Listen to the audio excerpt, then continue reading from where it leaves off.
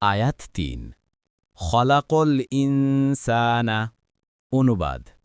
তিনি সৃষ্টি করেছেন মানুষ তাফসীর ১ নং ফুটনোটের বিবরণ অন্য এক আয়াতে বলা হয়েছে ওয়ামা খলাকতুল জিন্না ওয়াল ইনসা ইল্লা লিয়াবুদুন অর্থাৎ আমি জিন ও মানুষকে শুধুমাত্র আমার ইবাদত করার জন্যই সৃষ্টি করেছি সূরা আজ-জারিয়াত আয়াত ৫৬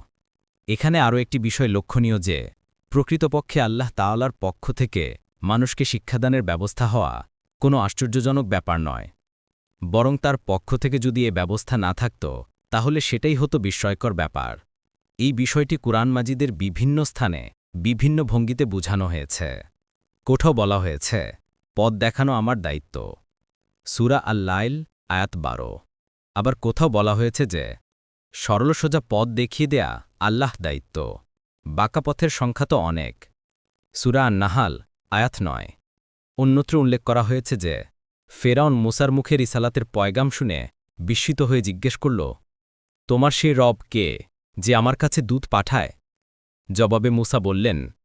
তিনিই আমার রব যিনি প্রতিটি জিনিসকে একটা নির্দিষ্ট আকার আকৃতি দান করে পথ প্রদর্শন করেছেন সূরা আত-তহা আয়াত ৪৭ থেকে ৫০